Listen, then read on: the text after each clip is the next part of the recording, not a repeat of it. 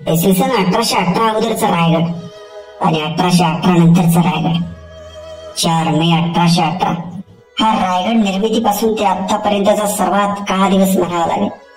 जर त्यावेळी ही घटना घडली नसती तर आज आपल्याला कमीत कमी महाराजांच्या पदस्पर्शाने पावन झालेल्या इमारती नक्कीच पाहायला मिळाल्या असत्या.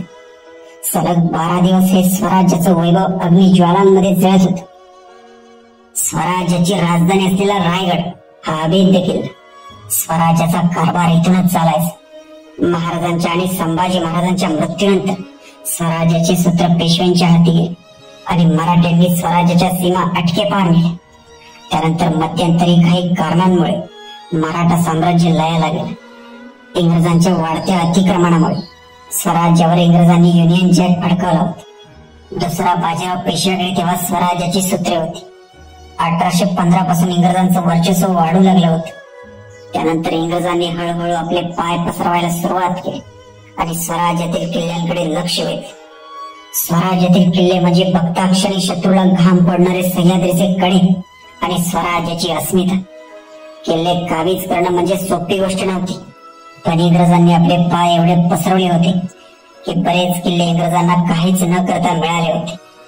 रायगड जिंकण्यासाठी आलेल्या इंग्रजांना ही गोष्ट अशक्य वाटत होती, पण गनिमी-कावा करून निर्माण केलेल्या स्वराज्याच्या राजधानीला एकाने फितूर केली आणि रायगड इंग्रजांच्या ताब्यात गेला.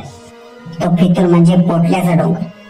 त्या रायगडावर झालेल्या हल्ल्याच्या पण आजही स्वराज्याची आणि शिवरायांच्या पराक्रमाची आठवण करून देतात. सन 1818 3 वर्ष अगोदरपासूनच रायगडचा अंत जवळ आल्याचं स्पष्ट जाणवत होतं. मराठ्यांच्या शेवटच्या पेशव्यावर सुद्धा इंग्रजांनी ताबा मिळवला होता. इंग्रजांचा एक अधिकारी कर्नल प्रॉतर याने 1818 मध्ये कोकणातील किल्ले घेण्याचा निर्णय घेतला. त्यावेळी रायगडावर 1000 सैन्याची शिबंदी होती. त्यामध्ये अरबी सैन्याचा भरणा असल्याचा उल्लेख आढळतो. इंग्रजांची एक फौज रायगड घेण्यासाठी महाडकडे निघाली. त्या पैठणीवर मेजर हॉल होता. तो 24 एप्रिल 1818 मध्ये रायगडाच्या पायथ्याशी असलेल्या पाचाड जवळ पोहोचला.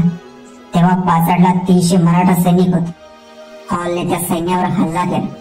त्या हल्ल्यात 20 मराठा सैनिक धारातीर्थी पडले आणि हॉलने पाचाडवर कब्जा केला. त्याच दिवशी प्रॉतरचे सैन्य महाडला येऊन पोहोचले आणि त्याने महाडवर ताबा मिळवला. त्यानंतर दोन्ही सैन्य एकत्र आले आणि त्यांनी रायगडला वेढा घातला. पण रायगडाला जिंकण्यासाठी हॉलकडे पुरेशी फौज नसल्याचं त्याला वाटू लागलं आणि इंग्रजांनी अजून एक फौज त्याच्या मदतीसाठी पाठवून दिली. ती फौज 4 मेला रायगडाच्या पायथ्याला येऊन पोहोचली. पण तोपर्यंत हॉलने खूप लढ्यासमोरच्या मोर्चावरून हल्ला चढवला होता आणि मराठ्यांचे काही मोर्चे उद्ध्वस्त केले होते. इंग्रजांच्या सैन्याने रायगडच्या रक्षणात प्रताप गडावून येणारी मदत थोपवून धरली. पण रायगड सहजासहजी जिंकणं इंग्रजांना अवघड वाटू लागलं. त्याला काय करावं समजत नव्हतं. तेवढ्यात त्याचं लक्ष रायगडाच्या समोर असलेल्या पोटल्याच्या डोंगरावर गेलं आणि बघता बघता डोंगरावर तोफा चढू लागल्या. पोटल्याचा डोंगरही तसा अवघड, पण त्या जागी इंग्रजांनी तोफा चढवल्या. अभेद्य रायगडावर कब्जा करण्यासाठी पोटल्याच्या डोंगराने फितुरीच केली होती जण. त्यावेळी रायगडावर बाजीरावांच्या पत्नी वाराणसीबाई होती. इंग्रजांनी पोटल्याच्या डोंगरावर तोफा चढवल्यावर वाराणसीबाईंना रायगड सोडण्याचा इशारा दिला, पण त्यांनी रायगड सोडण्यास साफ नकार दिला. पोटल्याच्या डोंगरावरून रायगडावर हल्ला करणं इंग्रजांना सोपं झालं. त्यातून वाराणसीबाईंनी गड सोडण्यास नकार दिला आणि रायगडावर इंग्रजांच्या तोफांचा मारा सुरू झाला. बघता बघता रायगडाचा एक एक बुरुज निखळला जाऊ लागला.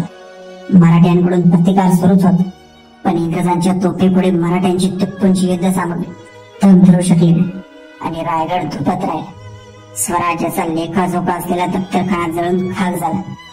4 मे 1818 सायंकाळी 4 वाजण्याच्या सुमारास इंग्रजांच्या तोफेतून एक गोळा सुटला आणि वाराणसीबाईंच्या वाड्याने पेट घेतली.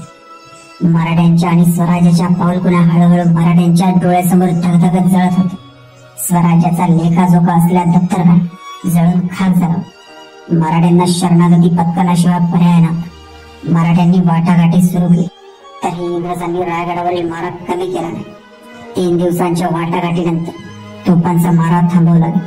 तोपर्यंत रायगडाचे आणि स्वराज्याचे अवशेष उद्ध्वस्त झाले होते. गडावरील एक घर आणि धान्याची कोठार तेवढी शिल्लक राहील. बाकी सगळा गड धुपत धुपत जळत होता. फक्त भग्न इमारतींचे अवशेष रायगडावर शिल्लक राहिले. 10 मे 1818 कर्नल प्रॉतर रायगडावर आला. त्याच्या समोर मराठा साम्राज्याचे शिलेदार आणि रायगडाशी इमान राखलेल्या मावळ्यांना खाली माना घालून गड सोडावा लागला. त्यानंतर रायगड इंग्रजांच्या ताब्यात गेला आणि दुसऱ्या बाजीरावांच्या पत्नी वाराणसीबाई तहाच्या अटीनुसार पुण्याला रवाना झाली. पण स्वराज्याचं वैभव आपल्या हातातून इंग्रजांनी हिसकावून घेतलं होतं.